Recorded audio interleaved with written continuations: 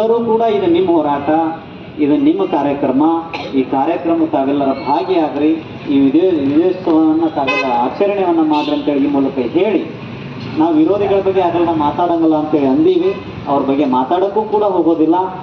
ಈ ಕಾರ್ಯಕ್ರಮವನ್ನು ತತ್ಕ್ಷಣ ಮುಗಿದ ತಕ್ಷಣ ನಾವೇನು ಹಿರಿಯರು ನಾವೆಲ್ಲ ಕುತ್ಕೊಂಡು ಅದಕ್ಕೆ ನಿರ್ಣಯವನ್ನು ಮಾಡಿ, ಅದು ಏನೇನು ಬಂದಿದೆ ಏನೇನಿಲ್ಲ ಕುಲಂಕುಷವಾಗಿ ತಮ್ಮ ಮುಂದೆ ಕೂಡ ಪತ್ರಿಕಾ ಮಿತ್ರರಲ್ಲಿ ಕೂಡ ಹಂಚ್ಕೊತೀವಿ.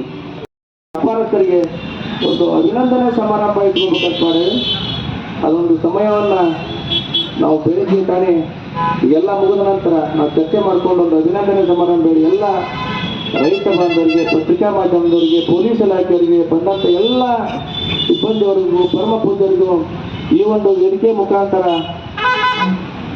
ಸಹಕಾರ ಮಾಡುವಂಥ ಎಲ್ಲರಿಗೆ ಈ ಒಂದು ರೈತ ಹೋರಾಟದ ಪರವಾಗಿ ತುಂಬ ಅಭಿನಂದನೆ ಸಲ್ಲಿಸ್ತಾ ದೊಡ್ಡ ದೊಡ್ಡ ಮಹಾನುಭಾವರು ಪಾಪ ಫೋನ್ ಮುಖಾಂತರ ಇಲ್ಲಿ ಬರ್ಲಕ್ಕಾಗಲಿಲ್ಲ ಅಂತವರು ಸಾವಿರಾರು ಸಂಖ್ಯೆಯಲ್ಲಿ ಎಲ್ಲರೂ ಪಾಪ ಆ ರೈತ ಮುಖಂಡರನ್ನ ಸಂಪರ್ಕ ಮಾಡಿ ಆ ಪರಮ ಪೂಜ್ಯ ನಮ್ಮ ಕುಮಾರ ಮಹಾರಾಜರಿಗೆ ದಿನನಿತ್ಯ ಅವರ ಆರೋಗ್ಯದ ಬಗ್ಗೆ ವಿಚಾರಿಸಲಿಕ್ಕೆ ದಿನನಿತ್ಯ ಫೋನ್ ಮುಖಾಂತರ ಹೇಳ್ತಿದ್ರು.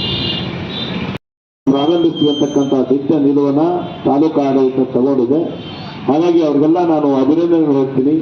ಅವರ ಆ ನಿರ್ಣಯನ ಸ್ವಾಗತವನ್ನು ಮಾಡ್ತೀವಿ.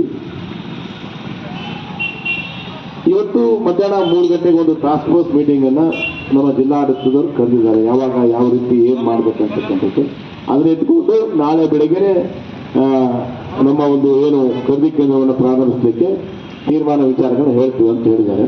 ಹಾಗಾಗಿ ನಾವು ಕೂಡ ಈ ಕಾರ್ಯಕ್ರಮವನ್ನು ಇನ್ನೂ ಹೇಗೆ ಯಾರ್ಯಾರು ನಮಗೆಲ್ಲ ಸಹಾಯ ಸಹಕಾರ ಮಾಡಿದ್ದಾರೆ ಮತ್ತು ಸರ್ಕಾರಕ್ಕೆ, ಇಡೀ ಸರ್ಕಾರಕ್ಕೆ, ಇಡೀ ರಾಜ್ಯಕ್ಕೆ ಲಕ್ಷ್ಮೇಶ್ವರ ವೇದಿಕೆಯಿಂದ, ಹೋರಾಟದ ವೇದಿಕೆಯಿಂದ ಶೇಕಡ 80% ರೈತರಿಗೆ ಅನುಕೂಲ ಆಗಿರುವಂಥ ಏನು ಈ ಹೋರಾಟ ಇದು ಜಗತ್ ಜಾಹೀರಾತು ನಾವಲ್ಲ, ಇದು ಇಡೀ ರಾಜಕಾರಣಿಗಳು, ವಿರೋಧ ಪಕ್ಷದವರು ಮಾತಾಡಿದ್ದಾರೆ, ಆಡಳಿತ ಪಕ್ಷದವರು ಮಾತಾಡಿದ್ದಾರೆ, ಬೇರೆ ಎಲ್ಲ ಅಧಿಕಾರಿಗಳು ಮಾತಾಡಿದ್ದಾರೆ, ಇಂಟೆಲಿಜೆನ್ಸ್ ಕೂಡ ಅದನ್ನೇ ಹೇಳ್ತದೆ.